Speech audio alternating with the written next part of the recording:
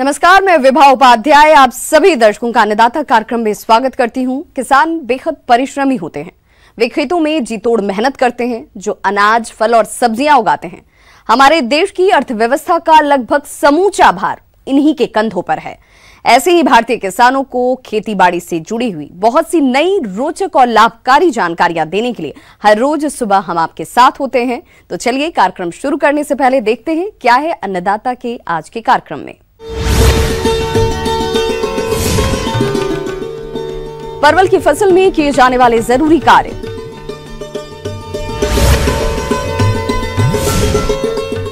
भरपूर पैदावार के लिए बोरो धान की फसल में करें यूरिया का प्रयोग,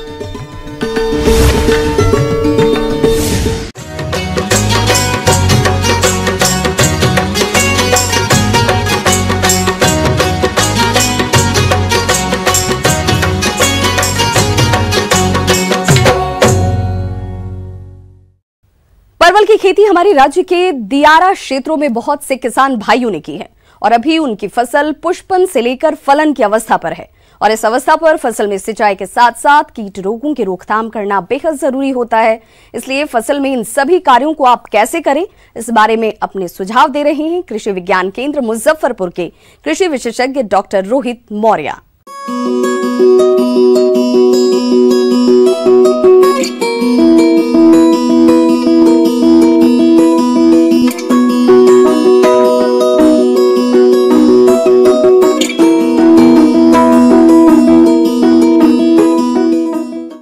हाँ, जिन किसान भाइयों ने सितंबर अक्टूबर के महीने में अपनी परवल की फसल लगा रखी होगी, वो इस समय बढ़वार की अवस्था में होगी। इस समय होने वाली जो क्रियाएं हैं, उसमें सर्वप्रथम हमको क्या करना है कि जितने भी पौधे हैं उसके 1 फीट पेरीफेरी यानी 1 फीट वर्गाकार के आकार में हमको थाला बनाना है और पर थाले में हमको डीएपी 20 से 25 ग्राम और उसमें नीम की खली 250 ग्राम यानी 200 से 250 ग्राम नीम की खली डालते हैं और उसमें बालू डालते हैं। बालू इसलिए डालते हैं उस थाले में कि अगर वहाँ की मिट्टी थोड़ी टफ हो या फिर हल्की मिट्टी ना हो तो बालू मिलाते हैं और उसको मिला के पूरा मिट्टी से भर देते हैं। और इसमें गोबर की सड़ी हुई खाद भी 1 किलो पर थाला के हिसाब से डालते हैं, जिससे कि उसको प्रॉपर ऑर्गेनिक मैटर या उसको प्रॉपर न्यूट्रिएंट्स मिलता रहे। इसके बाद उसमें हल्की सिंचाई हम कर देते हैं। हल्की सिंचाई इसलिए करते हैं ताकि वो सही से उसको लीच डाउन हो जाए, सारे न्यूट्रिएंट्स लीच डाउन होकर उसकी जड़ों में जा सके और अच्छी पैदावार मिल सके।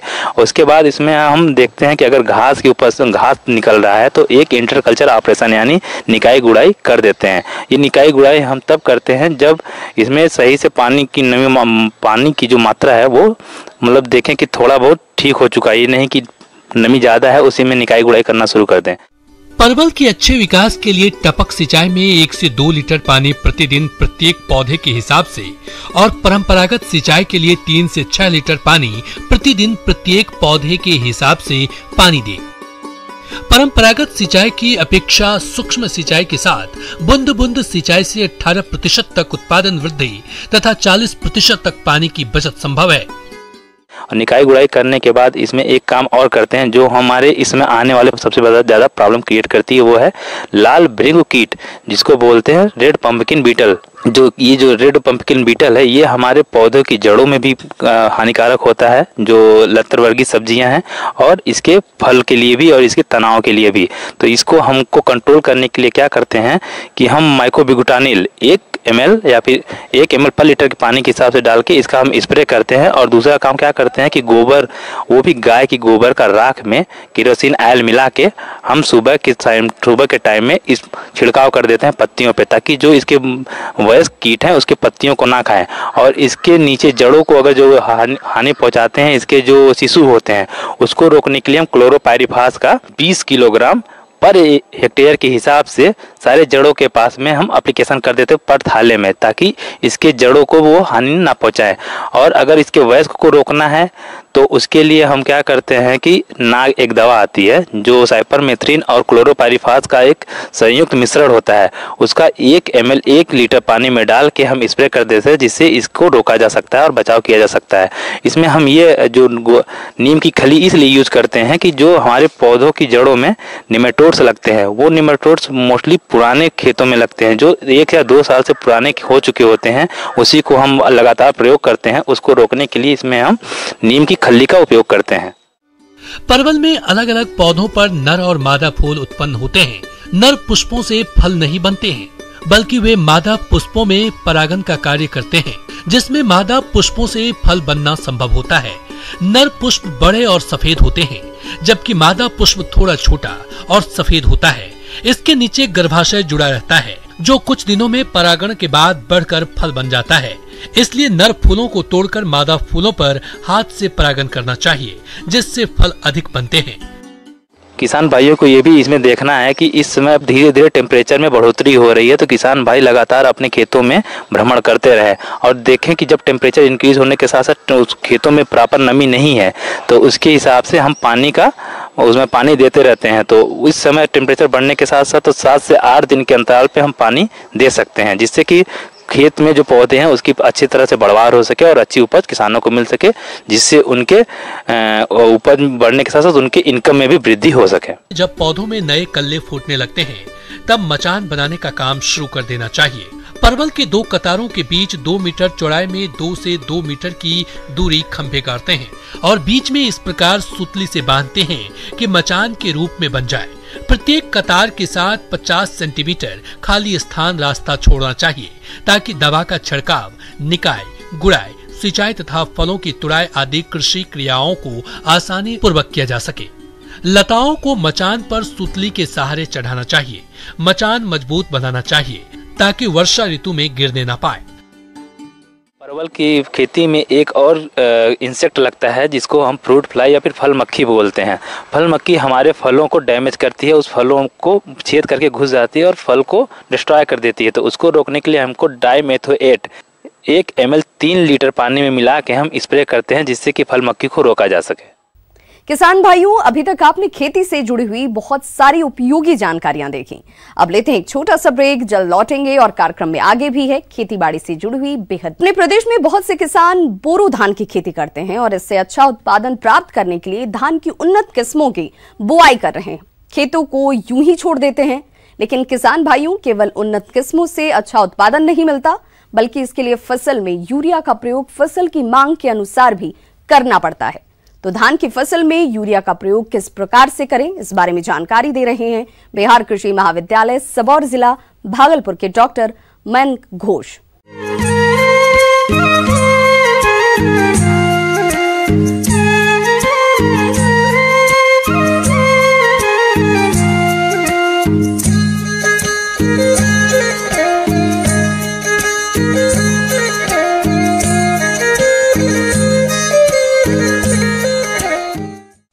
धान नहीं, सभी फसलों में, खरीफ में या रबी में, सभी फसलों में नाइट्रोजन के उपकार, नाइट्रोजन का मतलब जरूरी, मतलब बहुत ही सबसे ज़्यादा होता है। अब धान का लंबा किस्म का अगर वैरायटी देखा जाए तो उसमें हम लोग 120 किलो नाइट्रोजन मोटा मोटी अंदाज में दे देते हैं और 60 किलो पोटास और 40 किलो में 60 किलो फास्फोरस, 40 किलो पोटास ये देते हैं। लेकिन नाइट्रोजन, आप सभी को मालूम होगा कि नाइट्रोजन हम जब 120 किलो नाइट्रोजन, कभी 150 किलो, कभी कभी कुछ किसान 160-70 इतना भी, मतलब उनको मालूम नहीं है कि हमको ज़रूरत है या नहीं है, या ऐसे करके नाइट्रोजन हम लोग दे देते हैं। नाइट्रोजन को हम लोग कभी मिट्टी जांच करके या पौधा का सही में ज़रूरत है कि आप उस खेत को क्या नाइट्रोजन का भूख है, ये कभी हम लोग कभी आज तक नापते नहीं है, हम लोग अंदाज में दे देते हैं। यूरिया में लगभग 46% नाइट्रोजन होता है, जो कि पौधों की पत्तियों में ग्रीन प्लास्टिड्स यानी हरित लवकों का निर्माण करते हैं और प्रकाश संश्लेषण द्वारा खाद्य फसलों का निर्माण करने में सहायता करते हैं। इसके कारण फसल की तेजी से दैहिक वृद्धि होती है, जिसमें अच्छे फल एवं फूल लगते हैं। लेकिन इसकी अधिकता और कमी दोनों फसलों के उत्पादन में भारी गिरावट डालते हैं। जरूरत से ज्यादा अगर हम नाइट्रोजन देंगे तो उससे क्या क्या बीमारी हो सकते हैं, क्या क्या दिक्कत हो सकते हैं, हम क्यों नहीं देंगे। अगर ज़रूरत से ज़्यादा नाइट्रोजन देंगे तो उसमें बीमारी बहुत ज़्यादा लगता है। पौधा क्या हो जाता है, ज़्यादा बढ़ जाता है, पौधा फूल जाता है, उसमें पानी ज़्यादा चला जाता है अंदर, नाइट्रोजन थोड़ा सक कर लेता है, एकदम पौधा एकदम पूरा साकुलेंट ज़्यादा हो जाता है उसके हिसाब से, तो उसमें बीमारी ज़्यादा आता है, उसमें कीड़ा ज़्यादा आता है, ज़्यादा देने से गिर भी सकता है। नुकसान कैसे हो रहा है, नीचे से जा रहा है मिट्टी से, ऊपर से एकदम पूरा वस्वीभूत होकर नाइट्रोजन निकल जा रहा है, कुछ नाइट्रोजन दूसरा जमीन में जा रहा है, ठीक है, जितना दे रहा है। इसलिए अनुसंधान करके देखा गया है कि 30 से 40% नाइट्रोजन हमारा उपयोग होता है। तो नाइट्रोजन उपकार भी है, नाइट्रोजन का उसका मतलब नुकसान भी बहुत है। नाइट्रोजन आपको सटीक समय में, सटीक टाइम में, सटीक मात्रा में, सटीक उसका सोर्स भी होना चाहिए। ऐसे देने से नाइट्रोजन का क्षमता उसका बढ़ेगा। तो इसलिए हम लोगों के पास ये बहुत पुराना इंस्ट्रूमेंट है, इसको बोलते हैं लीफ कलर चार्ट। इसमें देखिए, इसमें 5 पैनल है, 1 2 3 4 5। इसमें देखिए शुरू में थोड़ा सा इसका जो रंग है आपका हल्का हरा पीला टाइप का, थोड़ा सा पीला। उसके बाद थोड़ा सा इसका थोड़ा डार्कनेस, गाढ़ापन बढ़ रहा है, इधर से जितना जाएंगे गाढ़ापन बढ़ रहा है। तो इससे मेजर करके हम लोग कैसे देते हैं, तो इसका मतलब ये देखिए, हरापन कम, क्लोरोफिल कम, नाइट्रोजन कम। हरापन ज़्यादा, क्लोरोफिल ज़्यादा तो नाइट्रोजन ज़्यादा। ये किसान भाई एकदम समझ जाइए आप। तो देखिए, ये अगर रंग जिस पत्ता से मैच करेगा, ये दोनों रंग, तो इसको हम नाइट्रोजन नहीं देंगे उस खेत में, क्योंकि हमारा इसमें हरापन ज़्यादा है, क्लोरोफिल कंटेंट ज़्यादा है, तो नाइट्रोजन हमारा ज़्यादा है। हम अगर 3 नंबर पे जाएंगे, ये कलर अगर मैच करेगा तो हमको देना ही पड़ेगा नाइट्रोजन, क्योंकि ये साइंटिस्ट, वैज्ञानिक लोग की अनुसंधान करके देखा गया है कि अगर मान लीजिए इसमें अगर 10 में से 60% यानी 6 पत्ता अगर नाइट्रोजन इसका 3 पे आ रहा है, अगर मैच कर रहा है, तो उसमें 20 से 25 किलो नाइट्रोजन उसी दिन तत्क्षणात दे दीजिए। तो ये देखिए हम कैसे मैच करेंगे। ये हम लोग फुल्ली एक पत्ता लेंगे, जो पत्ता मान लीजिए एकदम पूरा मैच्योर है, ठीक है। ये एक पत्ता हम लेके इसके साथ इसको मैच कराएंगे। इसके हमने मैच करा रहा है, इसका देखिए, इसको हम देख रहे हैं कि ये पत्ता ये करीब पैनल 3 में इसका देखिए एकदम मैचिंग हो रहा है। पैनल 3 में देखिए लगभग थोड़ा ये आंखों का एस्टिमेशन है, आपको आंखों से पता करना पड़ेगा। अब देखिए, इसमें से नहीं होगा, ये ज़्यादा गड़ा है, ठीक है। इसमें से नहीं होगा, ये भी थोड़ा ज़्यादा गड़ा है। अब ये थोड़ा ज़्यादा हो रहा है, हालांकि ये भी चलेगा। हाँ, ये भी थोड़ा, ये हल्कापन लग रहा है, फिर भी मुझे लग रहा है, अपने आंखों से मुझे लग रहा है ये 3 पे मैच कर रहा है। ऐसे करके अगर 6 पत्ता अगर ऐसा हमको मिल जाएगा तो हम इस टाइम खाद देंगे। ऐसे देखिए, आपको इस खेत में अगर थोड़ा सा आप किसान अपना अनुभव से देखिए, थोड़ा पीलापन नज़र आ रहा है, तो हमको उसको मेजर करने के लिए इंस्ट्रूमेंट क्या सही में देने का टाइम है। पीलापन नज़र तो आ रहा है, लेकिन हम क्या सही में देंगे, तो इसके लिए ये इंस्ट्रूमेंट। तो इसको आंख में देख के विश्वास करके आपको हम लोग देते हैं। इस पे भी हम लोग खाद को बचत कर पाएंगे। इस पे अगर सही से किसान भाई लोग करेंगे तो हम लोग करीब 15 से 20 किलो ज़्यादा भी हम लोग खाद बचत कर पाएंगे। जैसे हम बोला लीफ कलर चार्ट। दूसरा है हम क्लोरोफिल मीटर करके एक इंस्ट्रूमेंट बाज़ार में नया आया है, इसको बोलते हैं क्लोरोफिल मीटर। ये क्या करता है, ये पत्ता का डायरेक्ट क्लोरोफिल को मेज़र कर लेता है। आप क्लोरोफिल मेज़र करने के बाद क्लोरोफिल ज़्यादा है तो हम लोग बोलेंगे नाइट्रोजन ज़्यादा है, उसमें खाद नहीं देंगे। अगर क्लोरोफिल कम है तो नाइट्रोजन कम है, उसमें हम खाद देंगे। अगर मान लीजिए पत्ता पीला है तो सॉइल में भी मतलब नाइट्रोजन कम है, अगर सॉइल में नहीं होगा तो कैसे लेगा नाइट्रोजन। क्लोरोफिल मीटर पौधों की पत्तियों में उपस्थित हरी लवक की मात्रा को परखता है और उसके अनुसार स्क्रीन पर रीडिंग प्रदर्शित करता है। रीडिंग का आकलन करने के बाद फसलों में उसी के अनुसार यूरिया का प्रयोग करते हैं। तो उसका देखा गया कि धान में अगर छोटे किस्म का वैरायटी है 34 से नीचे जाएगा, इसका रीडिंग 34 से अगर नीचे जाएगा तो हम खाद देंगे। इसको हम लोग 10 दिन अंतर, कभी कभी कुछ जगह में 7 दिन अंतर हम लोग मेजर करते हैं। लीफ कलर चार्ट से हम दिखा रहे थे, इसमें जरूरी है 3 पे रीडिंग आया, वही देखिए वो भी मैच कर रहा है। ये भी बता रहा है कि इसमें भूख है नाइट्रोजन की। 32.5 मतलब इसमें खाद की ज़रूरत है। आपको जैसे किसान भाई इसमें मान लीजिए ये अभी थोड़ा महंगा है, लेकिन भोपाल में इसका दूसरा इंस्ट्रूमेंट बनाया है, सेम टाइप का है, वो भी क्लोरोफिल मीटर बोलता है। वो 5000 रुपया करके वो लोग रखे हैं भोपाल में। इसको बोलते हैं ग्रीन सीकर। ग्रीन मतलब है हरा, सीकर मतलब वो सिक करता है। ग्रीन सीकर हरापन को ये नापता है। इसको कैसे मेज़र करता है, इसमें ये सब सोलर रेडिएशन के ऊपर मेज़र होता है वेवलेंथ के ऊपर। इसका जैसे आपका कमर जो हाइट है 0.5 मीटर तक, मैक्सिमम 0.5 मीटर तक इसका हाइट होना चाहिए। इसके बाद इसको लेके पूरा फील्ड में हम लोग घूमते हैं, ठीक है। इसका जो स्वाथ लेंथ है 0.6 मीटर तक ये मेज़र करता है। पूरा लेने के बाद ये ऑटोमेटिक एक रीडिंग आता है। ये देखिए रीडिंग दिया 0.63, यहाँ पे रीडिंग दिया ये 0.63। इसका मैक्सिमम रीडिंग होता है 0.99, वेरी करता है 0.99। अभी 0.63 तक दिया है रीडिंग। इसका मतलब इसका खाद का कमी है। हम लोग जनरली देखते हैं अगर 0.65 या 0.7 से अगर नीचे चला जाता है तो खाद का कमी है, खाद का जरूरत है। इसका कुछ इक्वेशन बना हुआ है। फसलों में इन यंत्रों के माध्यम से नत्रजन का स्तर जानने के लिए कुछ बातों का ख्याल रखें। जैसे जांच के लिए हमेशा स्वस्थ पौधों का चयन करें। जांच हमेशा सुबह या शाम के समय करें। मशीन के बारे में पूरी जानकारी प्राप्त करें, इसके बाद इनका उपयोग करें। किसान भाई, इन मशीनों के प्रति और जानकारी के लिए अपने नजदीकी कृषि विभाग में संपर्क कर सकते हैं। आगे और भी है खेती बाड़ी से जुड़ी हुई बहुत सी रोचक जानकारियां, पर यहां रुकेंगे एक छोटे से ब्रेक के लिए। जल्द होंगे हाजिर।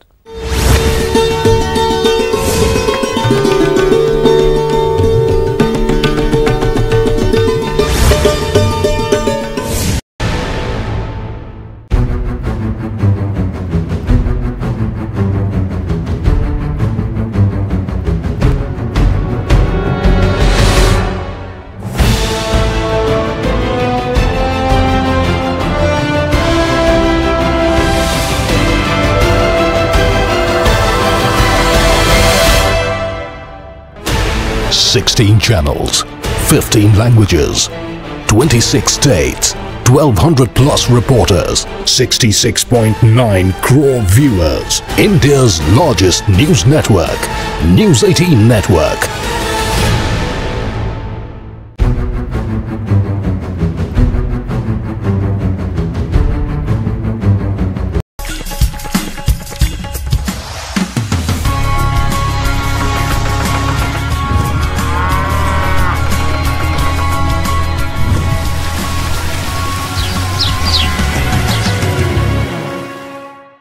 ब्रेक के बाद एक बार फिर से आप सभी दर्शकों का अन्नदाता कार्यक्रम में स्वागत है। बढ़ते हैं अपनी अगली प्रस्तुति की ओर।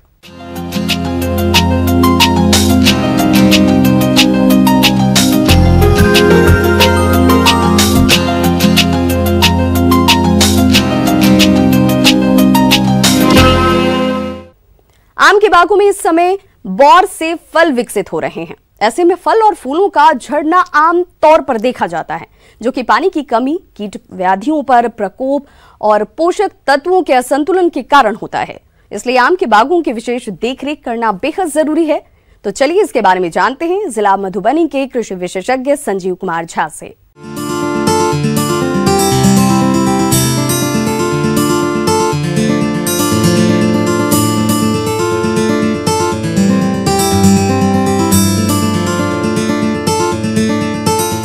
आपकी फसल वास्तव में आम की दाने मटर के बराबर हो गए हैं।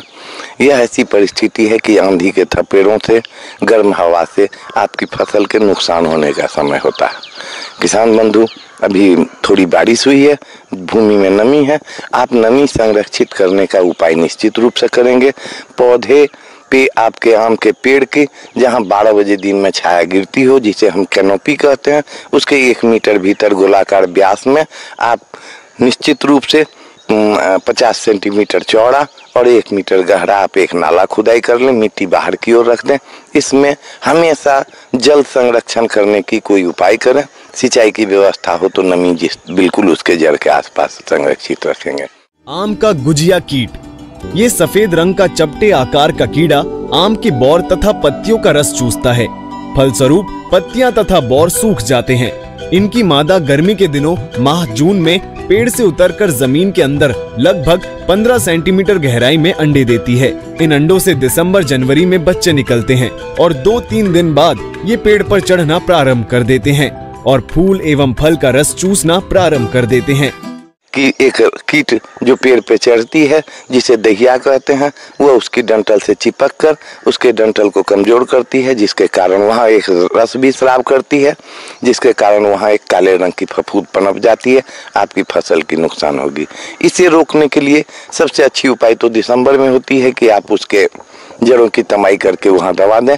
इस समय वर्तमान परिस्थिति में आप क्विनल फॉस या इमिडाक्लोरोपिड, क्विनल फॉस 1 ml प्रति लीटर पानी में घोलकर छिड़काव करेंगे, या फिर इमिडाक्लोरोपिड 17.5% की मात्रा 3 लीटर पानी में 1 ml डालकर एक छिड़काव कर दें। फलों का गिरना।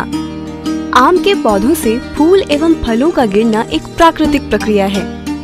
ऐसा ज्ञात हो चुका है कि आम के फल अपने वृद्धि काल में विभिन्न स्टेज में गिरते रहते हैं और यहाँ तक कि 99% फल सेट होने के प्रारंभ के 4 सप्ताह में ही गिर जाते हैं। शेष फल बाद में 0.1% मात्र गिरते हैं और आम के फल परिपक्वता की स्थिति में पहुंच जाता है। फलों के गिरने के कई कारण खोजे जा चुके हैं, जैसे कि परागण की क्रिया में बाधा पड़ना, त्रुटिपूर्ण फूलों का विकास एवं अनियमित सिंचाई, फल के विकास के समय अनुपयुक्त जलवायु तथा कीट एवं व्याधियों के समावेश के अतिरिक्त फलों का गिरना फलों का पूर्ण विकास को प्राप्त न करना भी है। किसान बंधु, इस समय आम के पौधों में सिर्फ ये ख्याल रखना है कि आपके पश्चिम और दक्षिण दिशा से गर्म हवाओं से बचाव के लिए कोई भी न कोई रास्ता होनी चाहिए। ऐसे पौधे जहां आंधी के थपेड़े आएंगे वहां पेड़ आपस में, डालियां आपस में टकरा के आपके आम के, अगर वैसे आम का फल टिकुला गिरना स्वाभाविक प्रक्रिया है, लेकिन अधिक नुकसान होने की अवस्था में प्लानोफिक्स नाम की दवा जो मार्केट में आती है, 3 लीटर पानी में 1 ml मात्रा घोलकर आप छिड़काव कर सकते हैं, या 1 टीन पानी में 3 ml मिलाकर आप प्लानोफिक्स छिड़काव करेंगे। इससे आम के फल गिरने रुक जाएंगे। इस समय आम के जो भी निषेचित फल होंगे उन्हें बचाने से आपकी फसल अच्छी हो जाएगी।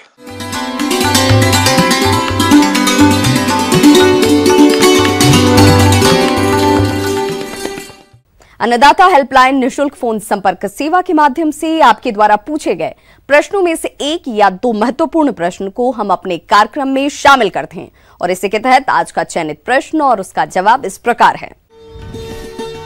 अन्नदाता कार्यक्रम में आज जो प्रश्न हमने शामिल किया है उसे पूछा है इमामपुर जिला भागलपुर से रजनीश कुमार ने। आप बकरी पालन और इनकी देखरेख पर जानकारी चाहते हैं, तो रजनीश जी आपकी जानकारी के लिए देखिए कार्यक्रम का यह अंश।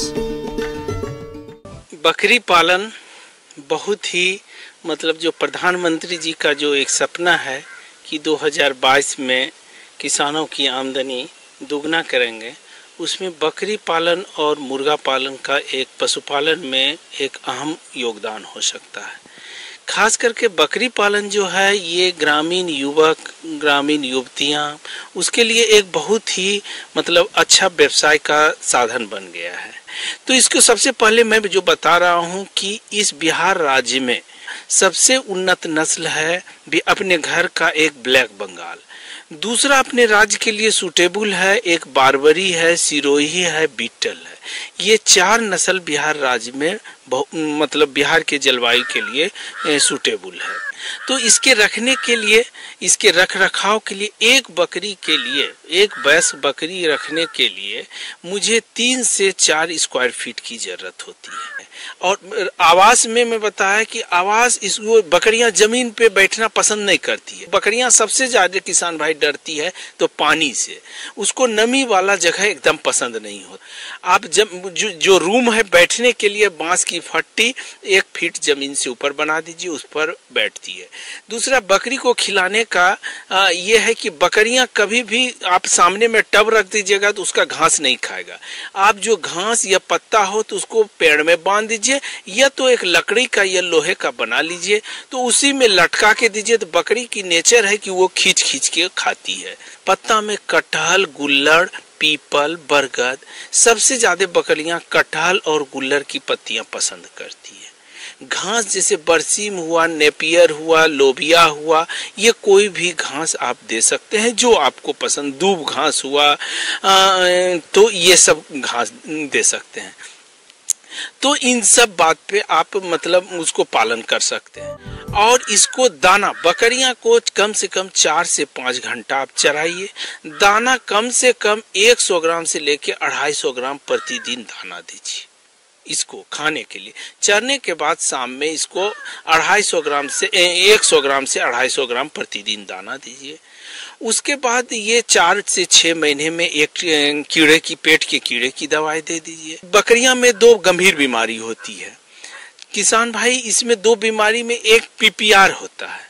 पीपीआर ये लैटिन नाम है जिसका कि टीकाकरण साल में दिलवाना चाहिए। दूसरा एक टीकाकरण होता है इंट्रोटॉक्सीमिया। इंट्रोटॉक्सीमिया का भी टीकाकरण साल में 1 बार देना चाहिए। इसका बंध्याकरण है, खस्सी बनाने के लिए आप 2 से 4 सप्ताह में इसका आप कास्टेशन कर देना चाहिए, ताकि आप बहुत किसान भाई गलती क्या करते हैं 2 महीने 3 महीने में कास्टेशन बंध्याकरण कराते हैं, जिससे कि पाठा की मृत्यु हो जाती है। तो इसको कास्टेशन 2 महीने मतलब 4 सप्ताह से मैक्सिमम 6 सप्ताह के अंदर कास्टेशन करवा लें। अब आइए देखते हैं कल दिखाए जाने वाले कार्यक्रम की मुख्य झलकियां।